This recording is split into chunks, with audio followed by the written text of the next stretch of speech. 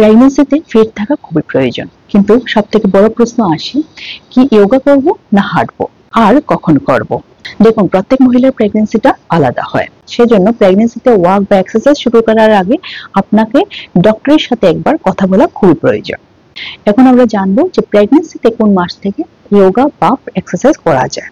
সাধারণত বেশিরভাগ মহিলার জন্য 4th মান্থ থেকে যদি এক্সারসাইজ বা হাঁটা শুরু করে সেটাকে নিরাপদ মনে করা হয়। প্রেগন্যান্সির প্রথম 3 মাসটা বডিকে অ্যাডজাস্ট করতেই সময় লেগে যায়, তখন বডিকে আরাম আর ডক্টরের পরামর্শের খুবই প্রয়োজন।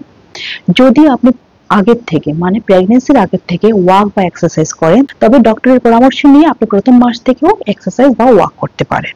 এখন আমি বলবো দিনে কখন করা উচিত।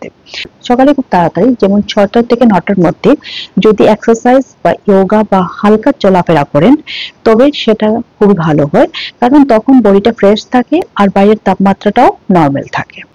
যদি আপনি সকালে কোনো কারণের জন্য হালকা হাঁটা বা এক্সারসাইজ করতে পারেন না, তো রাত্রে আপনি কিছুক্ষণের জন্য হালকা হাঁটতে পারেন, কিন্তু সেটা অন্তত ঘুমানোর 1 ঘন্টা আগে হওয়া উচিত। যোগা করার সময় আপনি কিছু জিনিস খেয়াল রাখবেন।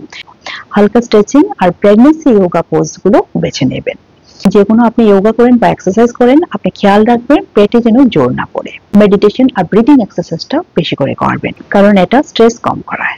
হাঁটার জন্য কিছু জিনিস আপনি খেয়াল রাখবেন। 20 থেকে 30 মিনিট হালকা হাঁটবেন, আরামদায়ক জুতো পরবেন, আর সেই সময় যদি মাথা ঘোরায় বা শ্বাস নিতে কষ্ট হচ্ছে তখন সঙ্গে সঙ্গে আপনি থেমে যাবেন। এক্সারসাইজ বা ওয়াক করার আগে কিছু জিনিস খেয়াল রাখবেন। খুব বেশি গরম বা হিউমিডিটিতে আপনি এক্সারসাইজ বা ওয়াক করবেন না। যখনই পিপাসা লাগে তখনই আপনি কিন্তু জল খাবেন। আর এতে কোনো যদি আপনার পেইন হয় বা ব্লিডিং হচ্ছে বা বডিতে কোনো আনইজি ফিল হচ্ছে, তখন সঙ্গে সঙ্গে আপনাকে ডক্টরের সাথে যোগাযোগ করা খুবই প্রয়োজন। ধ্যান রাখবেন, সময়, হালকা ভাব আর শরীরের কথা শুনবেন। এক্সারসাইজ, যোগা বা হাঁটা সেটা প্রেগন্যান্সিতে শরীরে যেমন ফিট রাখে তেমনি হেলদিও রাখে। তো আজকে আমার এই ভিডিওটা কেমন লাগলো?